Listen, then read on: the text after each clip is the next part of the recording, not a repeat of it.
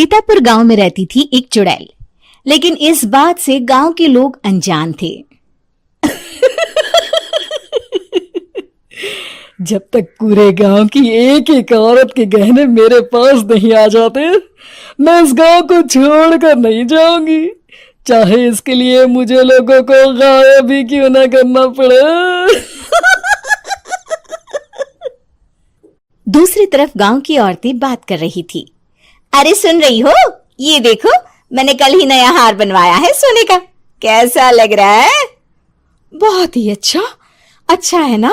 पहले तुम पहनो, फिर शादी में अपनी होने वाली बहू को दे देना।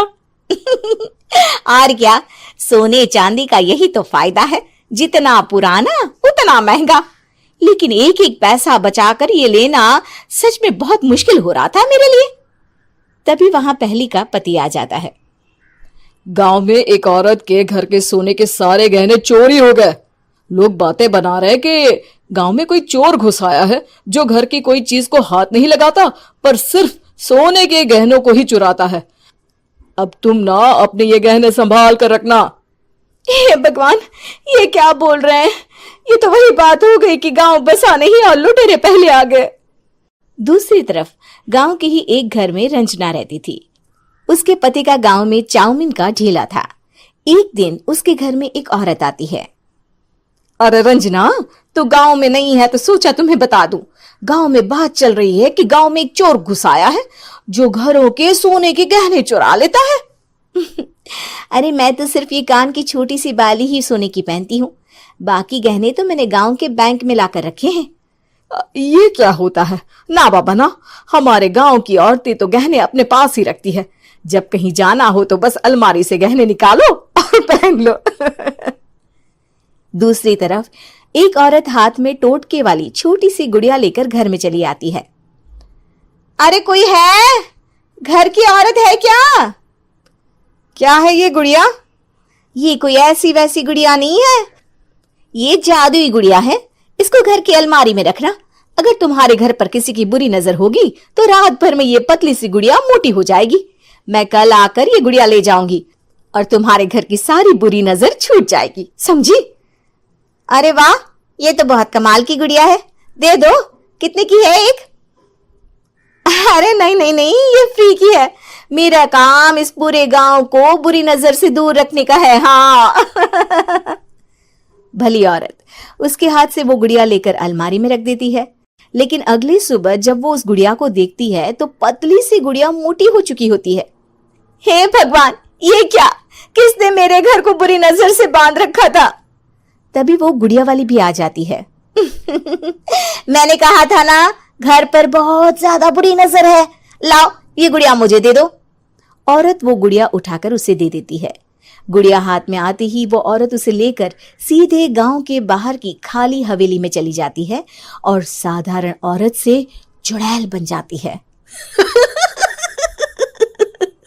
अरे पगली, गांव वाली इस गुड़िया के पेट में तेरे घर के सारे गहने हैं। इतना बोलकर वो गुड़िया को फाड़ देती है और सारे गहने निकाल लेती है। वहीं दूसरी तरफ, हे भगवान, मेरे घर के सारे गहने चोरी हो गए। उस औरत के घर के आसपास लोगों का जमावड़ा हो जाता है और लोग बातें करने लगते हैं। लो जी, ये भी घर गया। पता नहीं कौन चोर है जो इतनी होशियारी से गहने चुरा लेता है। कुछ समझ में नहीं आ रहा कि कौन है। लोग तो घर से कहीं जाते भी नहीं है, न ताला लगे न घर खाली हो, फिर भी रातों रात गहने चोरी हो जाते हैं। अरे हम तो कहते हैं लोगों को बारी बारी चौकीदारी करनी चाहिए, चोर को तो पूरे गांव वाले मिलकर पकड़ ही लेंगे। लोग बारी बारी घरों की चौकीदारी भी करते हैं, लेकिन चोरी होने का सिलसिला रुकता ही नहीं। फिर एक दिन रंजना के पड़ोस से भी रोने की आवाज आती है। अरे आज ही घर की बुरी नजर उतरी और आज ही सारे गहने भी चोरी हो गए। कैसी बुरी नजर? क्या हुआ था? तभी वहां उस औरत का पति भी आ जाता है जिसके घर में गहनों की चोरी हुई थी। हाँ, मेरी बीवी ने भी किसी गुड़िया को घर में बुरी नजर उतारने के लिए रखा था, लेकिन अगले दिन गहने चोरी हो गए। अब रंजना को कुछ कुछ बात समझ में आ जाती है। वो गांव वालों से कहती है, देखिए अब आप लोग चिंता ना करें, जल्द ही चोर पकड़ा जाएगा। उस नजर उतारने वाली गुड़िया को आज मेरे घर कोई भेज देना। फिर क्या था, चुड़ैल को लोग रंजना के घर भेजते हैं। पहली बार देखा है कोई खुद लुटने को तैयार बैठा है। तो तू है जिसे घर की बुरी नजर उतारनी है? ये ले गुड़िया, ये सुबह तक मोटी हो गई तो समझो तुमको और तुम्हारे घर वालों को नजर लगी है। हाँ हाँ, मैंने काफी सुना है। तुम ये गुड़िया मेरे घर छोड़ देना।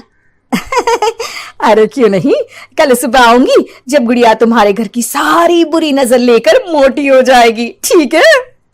अब क्या था, रात को रंजना ने पूरी नजर गुड़िया पर रखी। वो अपने पति और गांव के कुछ लोगों को घर की खिड़की से घर के अंदर नजर रखने को कह देती है, और फिर जो नजारा सब देखते हैं वो हैरान करने वाला होता है। गुड़िया धीरे से अलमारी खोलकर बाहर आती है। अलमारी के सारे गहने लेकर घर में जहां जहां गहने होते हैं वो लेकर अपने मुंह से खा जाती है। वो जितने गहने खाती उतनी ही मोटी हो जाती और फिर अलमारी में बंद हो जाती है। गांव वाले डर के मारे वहीं बेहोश हो जाते हैं। लेकिन सुबह जब वो औरत गुड़िया लेने आती है, रंजना उसका सामना करती है। ये देखो गुड़िया कितनी मोटी हो गई है, लगता है मेरे घर में बहुत लोगों की नजर लगी है। लाला ये गुड़िया मुझे दे दे, अरे बहुत कीमती गुड़िया है ये। तेरे घर की सारी बुरी नजर मैं गांव के बाहर वाली हवेली में फेंक आती हूँ। शाम को फिर लोगों के घर इसे लेकर जाना है ना, इसमें तो मेरी जान बसती है, जान। रंजना गुड़िया को चुड़ैल की तरफ बढ़ा देती है, लेकिन फिर वापस ले लेती है और गुड़िया के हाथ मोड़ देती है। जैसे ही गुड़िया के हाथ मोड़ती है, चुड़ैल का हाथ भी मुड़ जाता है। अच्छा, तो ये वो गुड़िया है जिसमें तुम्हारी जान बसती है। अब सुन चुड़ैल, तेरी सारी हकीकत सबके सामने आ गई है। या तो गांव वालों के गहने लौटा दे, नहीं तो मैं इस गुड़िया की गर्दन मोड़ दूंगी। चुड़ैल डर जाती है। अरे नहीं नहीं, मेरी गुड़िया दे दो, मैं सबके गहने वापस कर दूंगी। ठीक है, अब भी जा और सबके सारे गहने वापस कर। चल निकल यहां से। चुड़ैल सबके गहने लौटाकर रंजना के पास आती है। ला दे मेरी गुड़िया रंजना, इसके अंदर के गहने निकाल ले, लेकिन गुड़िया वापस दे दे। लेकिन रंजना जानती थी कि जैसे ही गुड़िया चुड़ैल को देगी उसकी शक्ति वापस आ जाएगी। चुड़ैल, तू तो चुड़ैल ही रहेगी, ये मैं जानती हूँ। अरे नहीं नहीं नहीं, मैं गांव छोड़कर चली जाऊंगी, किसी को परेशान नहीं करूंगी, वादा करती हूँ मैं। लेकिन रंजना उसकी एक बात नहीं सुनती और गुड़िया का सर उसके शरीर से अलग कर देती है। चुड़ैल सर अलग होते ही गायब हो जाती है। गांव वाले रंजना के साहस और बुद्धि की खूब प्रशंसा करते हैं।